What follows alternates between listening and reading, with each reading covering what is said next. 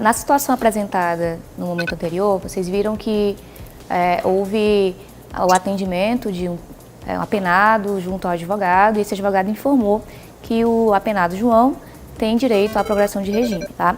Como é que essa progressão de regime vai ser requerida junto à vara das execuções penais? Através de uma petição. Essa petição, como qualquer outra, ela tem basicamente 5 partes. Eu tenho endereçamento, também denominado cabeçalho, eu tenho o preâmbulo, a história, que são os fatos, a fundamentação jurídica, que é o direito, e os pedidos.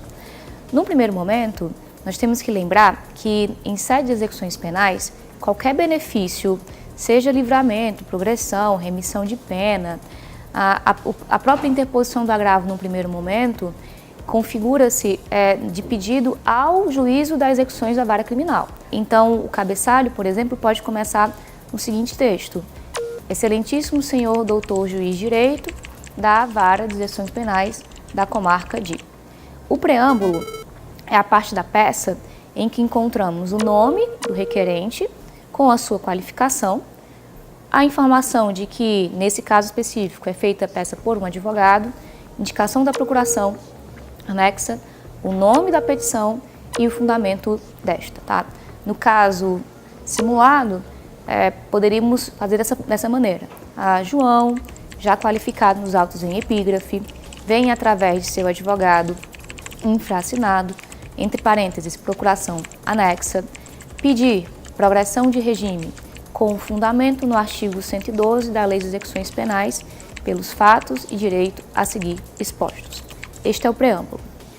A questão dos fatos, e eu alerto a vocês que a parte dos fatos talvez seja a parte mais importante da peça, é o momento em que vocês vão discorrer tudo o que aconteceu em razão daquele benefício. Por exemplo, no caso da progressão de regime, você vai destacar que o apenado, ele alcançou os 2 requisitos, que são o subjetivo, que é o bom comportamento, e o requisito objetivo, que é a fração do tempo a depender do tipo de crime.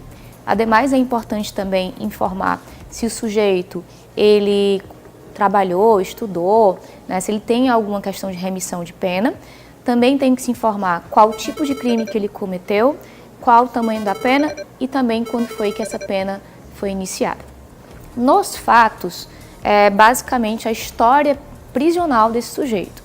No segundo momento, nós adentramos na fundamentação jurídica.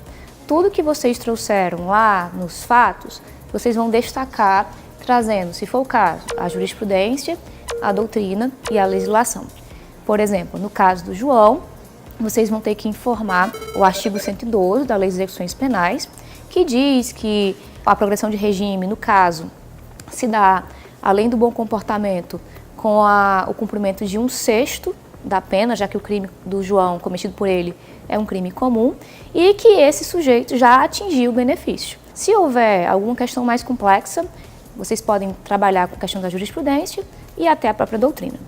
Nos pedidos, nós trabalhamos com o que nós realmente queremos.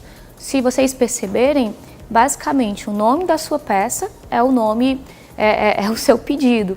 Então, por exemplo, se você está fazendo requerimento de progressão de regime, o que você quer? Você quer que o juiz conceda essa progressão de regime. Então, um exemplo, diante do exposto, vem requerer a progressão de regime, aí você informa se é a progressão para o regime fechado, do semiaberto ou semiaberto para o aberto, e também se o sujeito tiver que sair, ou seja, tiver que ir para fora do sistema penitenciário, a expedição da alvará de soltura.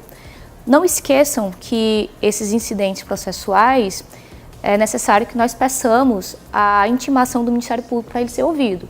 O procedimento na execução penal é que tudo que é pedido, em geral, passa pela opinião do Ministério Público. Então, de novo exemplo, diante do exposto, vem, após a intimação do Ministério Público, requerer a progressão do regime fechado para o semiaberto.